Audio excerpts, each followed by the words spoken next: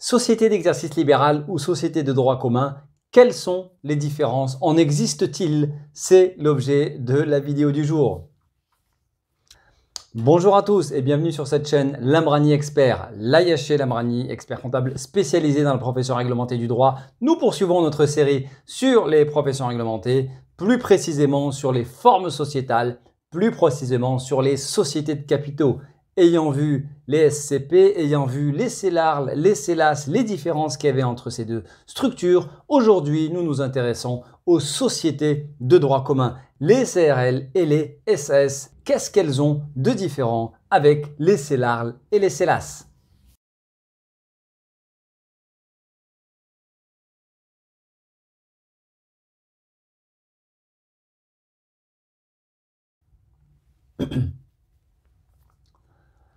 Quatrième différence, et qui est plutôt un pronostic, mais l'ouverture du capital semblera plus facile dans un avenir à définir pour les sociétés de droit commun, puisque ce ne sont pas des CEL, pas des sociétés d'exercice libéral qui entendraient qu'il faudrait une profession libérale pour en être. Même si aujourd'hui les choses sont très claires et très cadrées, même si j'ai une SARL, dès l'instant où l'objet social est un objet relatifs à une profession libérale, juridique ou judiciaire, ne peuvent être associés que des professionnels libéraux. Cet avantage pourrait exister si jamais les textes s'ouvrent pour les sociétés de droit commun, notamment des financiers qui pourraient s'intégrer. Attention, cet avantage pourrait être un inconvénient si on veut se préserver de l'arrivée des financiers dans notre structure.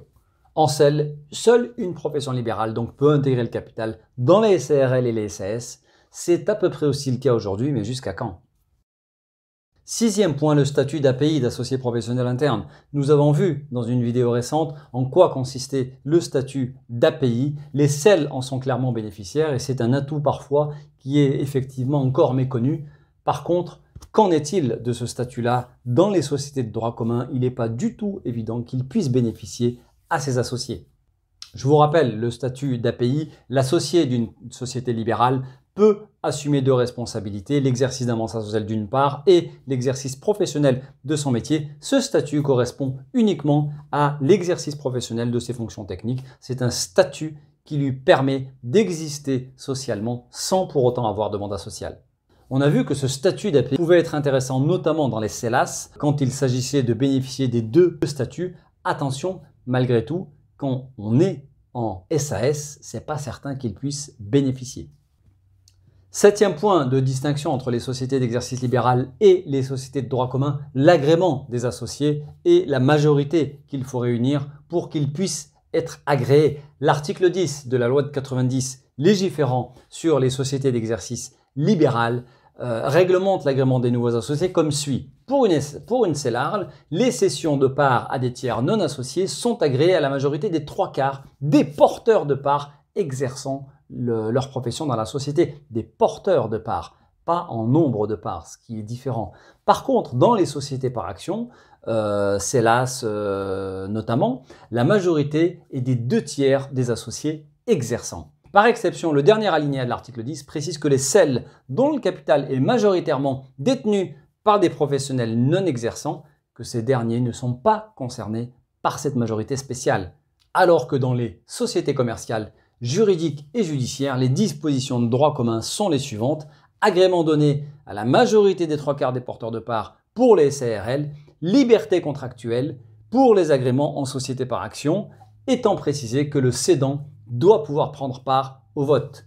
Donc la différence, on voit bien qu'elle est importante selon la forme juridique, notamment pour les sociétés qui comportent un associé majoritaire et plusieurs associés minoritaires. La majorité spéciale étant par associé et non par le nombre de parts ou d'actions, on voit bien que la décision d'agrément peut être imposée aux majoritaires et que celui-ci ne peut pas l'imposer aux associés minoritaires s'ils sont plus nombreux que lui. Huitième point qui ressemble au précédent est là qui concerne l'exclusion des associés spécifiquement dans les CELAS. Le cinquième alinéa de l'article 10 de la loi de 90 prévoit que cette même majorité spéciale des 2/3 des associés exerçants est applicable pour l'exclusion des associés. Par conséquent, dans ce type de structure, comme pour l'agrément, un associé majoritaire avec plusieurs minoritaires peut se voir imposer ou refuser une exclusion, ainsi que subir lui-même une exclusion votée par les minoritaires. Si on veut se préserver de ce dispositif, il convient donc d'éviter la CELAS pour ce cas précis et d'opter soit pour une CELARL, soit pour une société de droit commun, et ainsi on évitera cette difficulté, étant précisé que selon la doctrine majoritaire, les dispositions de l'article 10 sont d'ordre public. On ne peut pas les éviter. Point de conclusion, les SEL font l'objet d'un encadrement plus strict que les sociétés de droit commun. Ces dernières feraient donc pencher la balance de leur côté. Mais chaque cas est un cas particulier. Ne prenez pas ces vidéos pour des consultations juridiques. Ce sont que des généralités. Chaque cas est particulier et nécessite d'être analysé en amont selon l'environnement juridique, économique, social, selon les objectifs, selon la configuration territoriale. Tous ces paramètres doivent être pris en compte avant d'arrêter son choix sur la forme juridique. Voilà ce que je souhaitais vous dire par rapport aux différences qui existaient entre des sociétés de droit commun d'une part et les SEL d'autre part.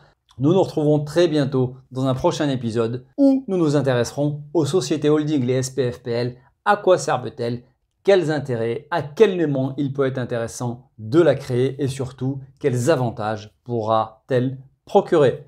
Merci beaucoup, n'hésitez pas à me solliciter si vous avez des questions comme d'habitude. Sinon, je vous souhaite une très bonne fin de journée et vous dis à très bientôt. Au revoir.